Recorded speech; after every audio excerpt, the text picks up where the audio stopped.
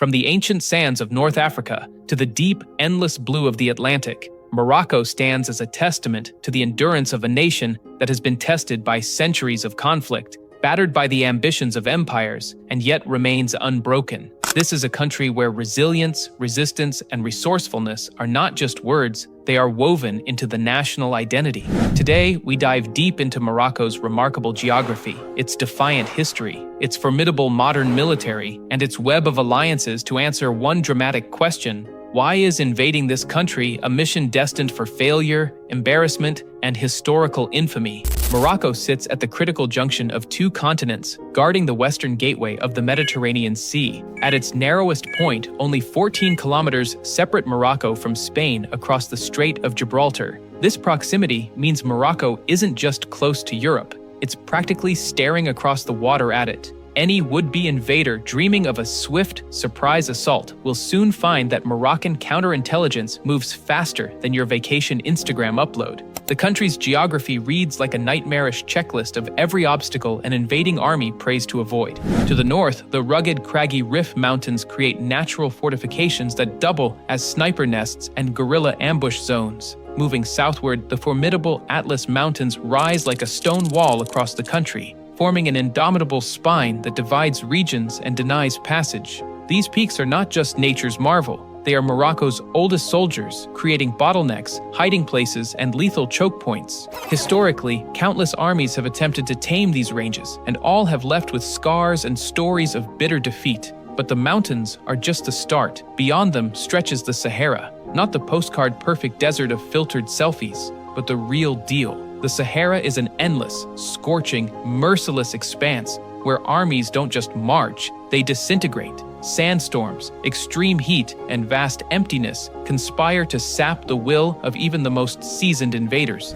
Any army foolish enough to cross it without decades of preparation and a logistics train the length of Europe will find themselves hopelessly lost, sunburned, and desperately radioing for help that won't arrive. Perhaps you're thinking, fine, let's launch an amphibious assault. I admire your optimism, but let's crush that dream too. Morocco's Atlantic and Mediterranean coastlines are rugged, rocky, and notoriously difficult to land on. The few suitable amphibious landing sites are heavily fortified and monitored. The Royal Moroccan Navy, though modest in size, is perfectly adapted to its home waters. Any invading fleet would face anti-ship missiles, fast attack craft, and a swarm of coastal artillery with air support from nearby fighter bases. Your Navy's biggest enemy wouldn't be the Moroccans, it'd be their home field advantage. History offers plenty of cautionary tales. From the Romans to the Portuguese, from the Ottomans to the French, empire after empire has tried to break Morocco's spirit. None succeeded. Even the technologically superior colonial powers found themselves bogged down in endless mountain guerrilla wars and urban insurrections. Moroccan resistance fighters, tribal coalitions, and freedom fighters transformed every city street and every mountain pass into a battleground. This is a country where even the stones seem to fight back. The Berbers, or Amazigh, and Arabs of Morocco are not relics of the past. They are living legacies of warriors who adapted to their times, evolving from horseback raids to high-tech ambushes. From the Almoravid dynasty that swept across Spain in the Middle Ages to the Rif war fighters who humiliated the French and Spanish armies in the 20th century, Morocco's people have made resistance an art form. Their intimate knowledge of the land, their fiercely independent culture, and their warrior spirit make them some of the most capable defenders in the world. Fast forward to today, and Morocco's military is anything but a relic. The Royal Moroccan Armed Forces boast over 300,000 personnel, including active-duty troops, reserves, and paramilitary units. This is a force that has modernized aggressively over the past 2 decades. No longer relying on outdated Soviet-era hardware, Morocco has equipped itself with American-made F-16 Vipers, upgraded Abrams M1A1 tanks, HIMARS rocket artillery, and a growing fleet of combat drones. Add to that Javelin anti-tank missiles and layered air defense systems, and you've got a military designed to repel any conventional assault. But Morocco isn't stopping there. The kingdom is investing heavily in cyber warfare, intelligence gathering, and next-generation battlefield management. Real-time data sharing, electronic warfare systems, and battlefield networks give it a technological edge few African militaries can match. Moroccan troops are not only well-armed, they are well-drilled. regular joint exercises with NATO forces, bilateral drills with the United States, France, and Spain, and advanced training for their special operations units mean Morocco's military doesn't just train for battle, it trains to win decisively. And let's talk about the Royal Moroccan Special Forces, the unsung heroes of Moroccan defense. These elite units specialize in asymmetric warfare, desert survival, counterterrorism, and high-stakes rescue missions. Their operations are shrouded in secrecy, but make no mistake, they are the quiet professionals who will ensure any invader's worst nightmares come true. Strategic alliances turn Morocco's defense from a national concern into an international problem for any would-be aggressor. Military cooperation with the United States includes not only weapons sales, but joint training, intelligence sharing, and counter-terrorism coordination. France and Spain, Morocco's historical frenemies, now count the kingdom as a key ally in maintaining stability across the Western Mediterranean. Morocco's participation in NATO exercises and its designation as a major non-NATO ally place it firmly in the Western defense orbit. Attack Morocco, and you're rolling the dice with some of the world's most powerful militaries. Modern defense infrastructure seals the deal. Morocco's early warning systems include advanced radar networks capable of tracking stealth aircraft and ballistic missiles. Satellite reconnaissance and drone surveillance provide real-time border monitoring, allowing Morocco to intercept threats before they materialize. Its air force and navy form a multi-layered defense network that few adversaries could penetrate without suffering catastrophic losses.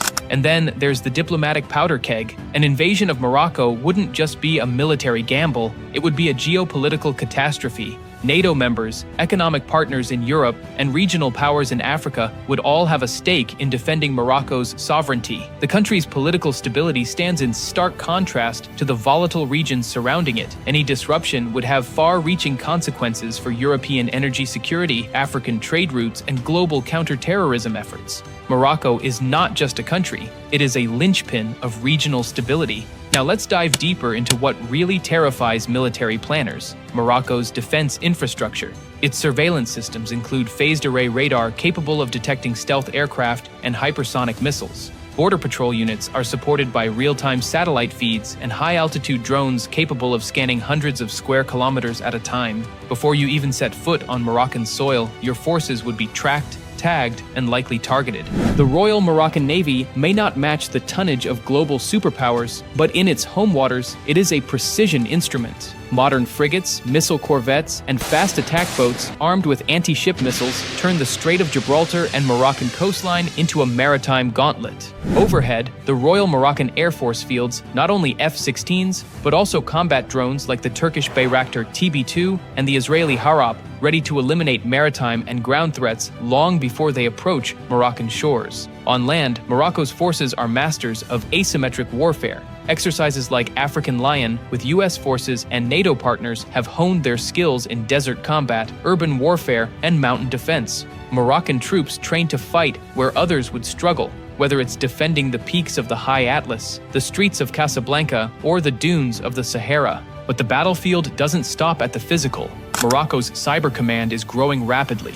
In an age where wars are won by whoever controls the network, Morocco's cyber warriors are trained to disrupt enemy communications, hack logistics chains, and manipulate battlefield data to create confusion and chaos before a single bullet is fired. All this might seem daunting, but it's Morocco's diplomatic clout that closes the trap. Its leadership role in the African Union, peacekeeping contributions to regional conflicts, and economic ties to Europe make it a critical partner in any crisis. An attack on Morocco is an attack on the stability of two continents. The domino effect would be catastrophic, fueling refugee crises, emboldening extremist groups, and disrupting vital trade and energy routes between Europe and Africa. Morocco's internal stability is another ace up its sleeve. In a region marked by coups, insurgencies, and political unrest, Morocco has maintained a steady hand under its constitutional monarchy. Its growing economy, robust civil society, and moderate political climate stand in stark contrast to its more volatile neighbors.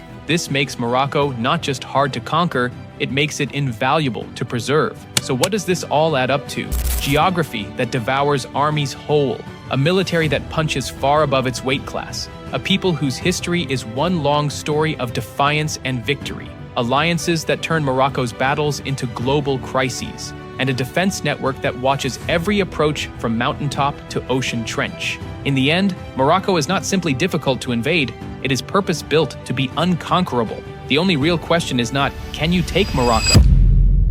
But how long until your invasion ends up in the history books alongside Napoleon's march on Russia and other legendary disasters? So, dear viewer, what do you think? Can you name another nation this tough to crack? Drop your thoughts, your theories, or your favorite historical defeat in the comments below. And remember, when it comes to Morocco, some mountains are better admired from a safe, respectful distance.